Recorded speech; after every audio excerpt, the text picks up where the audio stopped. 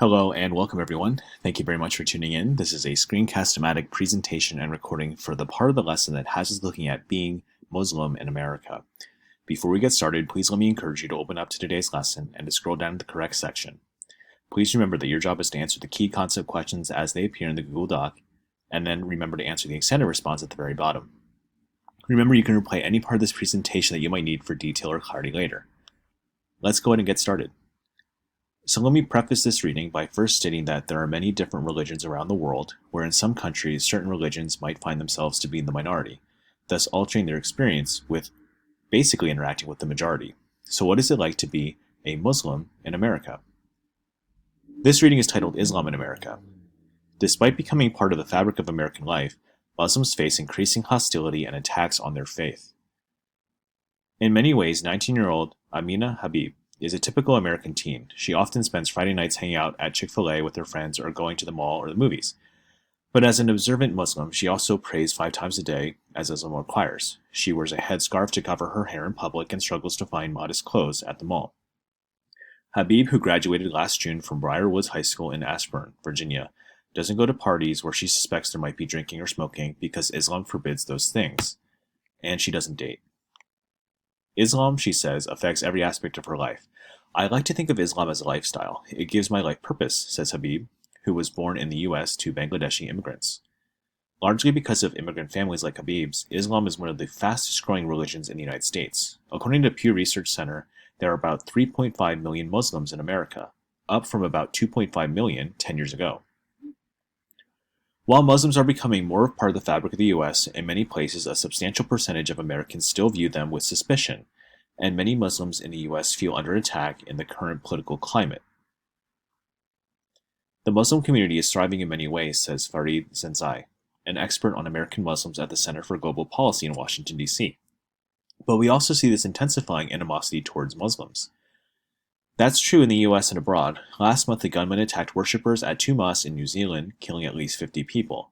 And American Muslim leaders say they see those attacks as part of the rising tide of intolerance toward Muslims. 70 different countries.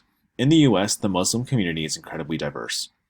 According to a 2017 Pew survey, immigrants from South Asia, including India, Pakistan, and Bangladesh, are the largest group of Muslims in the U.S., followed by Arabs and African Americans, and in the 1960s, a significant number of blacks in the U.S. converted to Islam.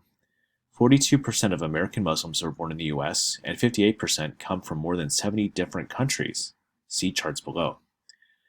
There are significant populations of Muslims in urban areas such as New York, Washington, D.C., Los Angeles, and Detroit. But there are also parts of the country where so few Muslims live that many residents have never met one. As a group, U.S. Muslims are more educated than Americans as a whole, and they tend to vote in higher numbers.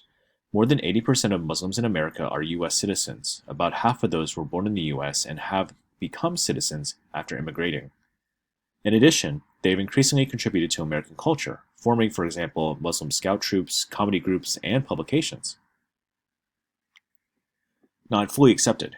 The recent Pew survey found that more than 90% of U.S. Muslims say they're proud to be American, but that study also identified as an important contradiction. On the one hand, we see Muslims are broadly well integrated and committed to the American ideals of working hard and succeeding, says Bishr Mohammed, a researcher at Pew. But on the other hand, they feel they're not fully accepted by American society. The numbers bear that out, and it highlights some of the particular challenges that Muslims face in the U.S. Fewer Americans, just 48%, have positive feelings about Muslims than any other religious group, including atheists, a recent Pew study found. And 50% of Americans believe that Islam isn't part of the mainstream American society. Those tensions can be traced back to the September 11, 2001 terrorist attacks, carried out by Al-Qaeda, a radical Islamic group. Those attacks killed almost 3,000 people in New York, Washington, D.C., and Pennsylvania, prompted the war in Afghanistan that continues to this day, and left a deep wounded on the American psyche. More recently, a series of smaller attacks in the U.S. by individuals who say they were inspired by Islamist terrorist group ISIS have made more people fearful of Muslims. So these feelings have been intensified by the political environment in the U.S., and President Trump promised as a candidate to ban Muslims from entering the U.S., and his administration has implemented a controversial ban on travelers from 6 majority Muslim countries. The president and his supporters say that the restrictions are necessary to protect the country from terrorism. We want to ensure that we are not admitting into our country the very threats of our soldiers are fighting overseas. Trump said that when he signed the executive order. Amani Jamal, a professor at Princeton University in New Jersey, says all this adds up to a much more hostile Islamophobic environment. Most Muslims will say it's worse today than in the immediate aftermath of 9/11. In fact, 2016 saw a huge spike in the number of anti-Muslim assaults, even more than after the 9/11 attacks, according to a Pew Research Center analysis of FBI crime data. And many Americans either don't know much about Islam or have incorrect information.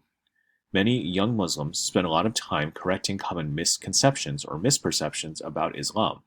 That it condones terrorism, it doesn't, and that it denies women equal rights, it doesn't, though many majority Muslim cultures and countries do. Fasting and football. For Shahab Abdullah, an 18-year-old Muslim from Dearborn, Michigan, his religion is completely compatible with American values. To him, Islam's emphasis on generosity to others and service to one's community feels pretty similar to the kinds of community service projects that he and his classmates at Edsel Ford High School take on. I'm really proud of my religion and all that it's taught me, Abdullah says. Islam is a big part of his life, so he tries to pray 5 times a day and he observes Ramadan, the month-long holiday during which Muslims are expected to fast from dawn to dusk. In 2017, Ramadan fell in late May during final exams. His freshman year, it coincided with football practice. That can be challenging if you're not eating, Abdullah says. Running laps on an empty stomach was hard.